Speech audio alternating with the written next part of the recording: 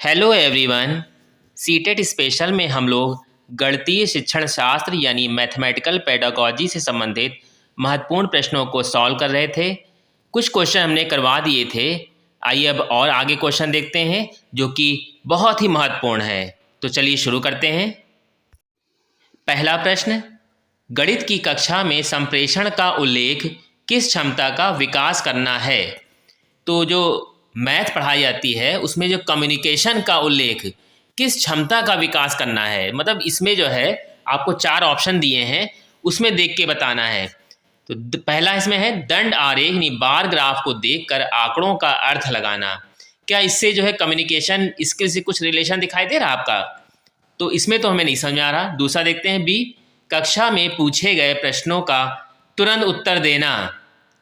तीसरा है गणित की समस्याओं पर दूसरों के विचारों का खंडन करना। फिर इसके बाद है डी, गणितीय विचार को सुव्यवस्थित, संचित और स्पष्ट करना। देखिए, जब क्लासरूम टीचिंग होती है तो उसमें कम्युनिकेशन का बहुत बड़ा योगदान होता है। ये एक ऐसी एबिलिटी होती है जिससे बच्चे जो है जल्दी सीखते हैं। अगर आपकी कम्युनिकेशन स्किल अच्छी है तो इसमें जो डी ऑप्शन दिया है अगर ठीक से देखें तो गणितीय विचार को सुव्यवस्थित, संचित और स्पष्ट करना, ये इसका सटीक आंसर होगा। तो इसलिए जो है इसका राइट आंसर होगा आंसर डी।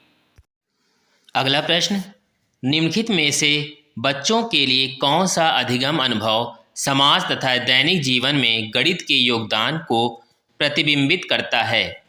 बहुत ध्यान से समझिएगा क्वेश्चन, क्योंकि इस टाइप के क्वेश्चन बहुत कंफ्यूजिंग होते हैं। तो अक्सर ये क्वेश्चन आते भी रहते हैं एग्जाम में। तो इसमें देखिए जो क्वेश्चन बोला जा रहा है उसमें ये कहा जा रहा है कि बच्चों के लिए कौन सा अधिगम अनुभव समाज तथा दैनिक जीवन में गणित के योगदान, मतलब समाज और दैनिक जीवन में गणित के योगदान को प्रतिबिंबित करता है। तो इसमें जो ऑप्शन सबसे पहला दिया है, छोटे समूह वाले ऐसे खेल जो गणितीय कौशल एवं अवधारणाओं पर आधारित हों। देखिए क्वेश्चन तो इसमें आंसर जो दे रहा है गणितीय कौशल और अवधारणाओं से संबंधित है, ये कोई दैनिक जीवन में उपयोग से संबंधित तो नहीं दिख रहा है। बी देखते हैं, औपचारिक एवं अनौपचारिक भाषा दोनों का उपयोग कर गणितीय विचारों का लिखित में संप्रेषण। इसमें बात तो कही जा रही है, गणित के विचारों की बात कही जा रही है और लिखित रूप में संप्रेषण की बात कही जा रही है।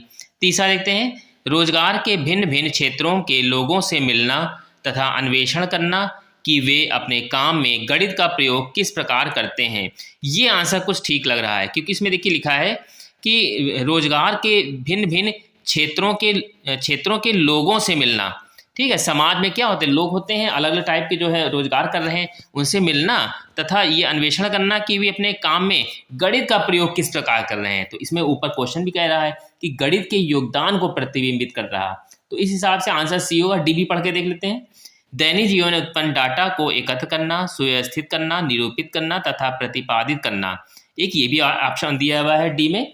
तो इसमें जो है डी वाला भी कुछ ठीक ज़्यादा नहीं है, क्योंकि व्यवस्थित करना, डाटा एकत्रित करना, निरूपित करना, ये सब चीज़ करना, तो ये जो है एक तरीके से गणित के योगदान से संबंधित तो है, लेकिन जो ज़्यादा सटीक है, जो इसके उपयोग की बात कह रहा है, तो वो आंसर सी है। एक बार पढ़ के देख लीजिए, रोजगार के भिन्न भिन्न क्षेत्रों के लोगों से मिलना और तथा अन्वेषण करना कि वे अपने काम में गणित का प्रयोग किस प्रकार करते हैं। तो इसका राइट आंसर जो होगा, जो सबसे सटीक आंसर है, वो होगा उत्तर सी। अगला प्रश्न, जब शिक्षिका यह सुनिश्चित करती है कि उसके द्वारा बनाया गया टेस्ट उस टेस्ट के उद्देश्यों एवं कसौटी को पूरा करते हैं, तब मूल्यांकन के किस पक्ष का उपयोग किया गया है। देखिए इसमें जो क्वेश्चन जो कहा जा रहा है उसमें ये कहा है कि उसने एक टेस्ट बनाया है और वो टेस्ट उन उद्देश्यों और कसौटियों को पूरा कर रहा है जो उसने पहले डिसाइड किए हुए हैं टीचर ने। उस उद्देश्य को अगर पूरा कर रहा है तो पूछा जा रहा है कि मूल्यांकन का कौन सा पक्ष उपयोगी है, यहाँ पर किस चीज़ का उपयोग किया गया है। तो इसमें जो सबसे पहला ऑप्शन दिया है वो है वैधता यानी वैलिडिटी।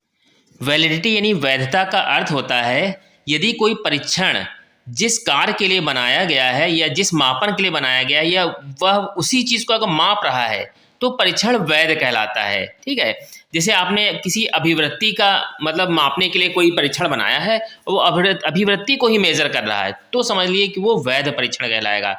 अगर वो अभिवृत्ति छोड़ के बुद्धि या किसी अन्य क्षमता को अगर मेजर करता है तो वो वैध नहीं बोला जाएगा।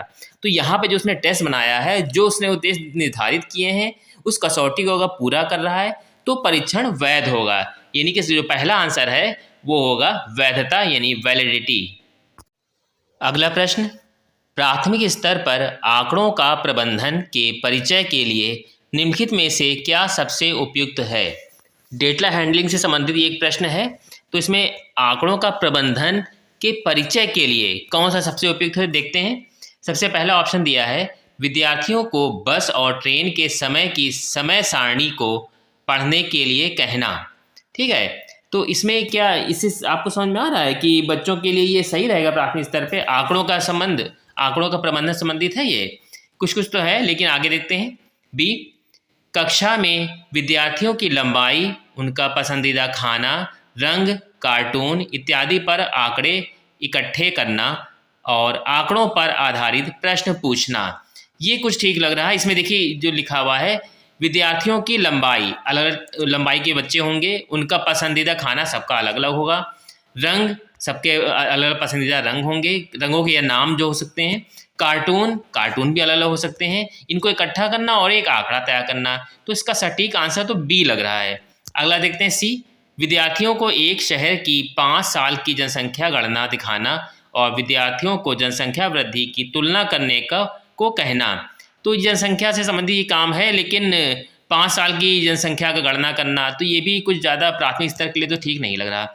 डी देखते हैं, श्यामपट्ट पर दंड आरेख चित्रांकित करना और विद्यार्थियों को उसमें से आंकड़ों को पढ़ने के लिए कहना।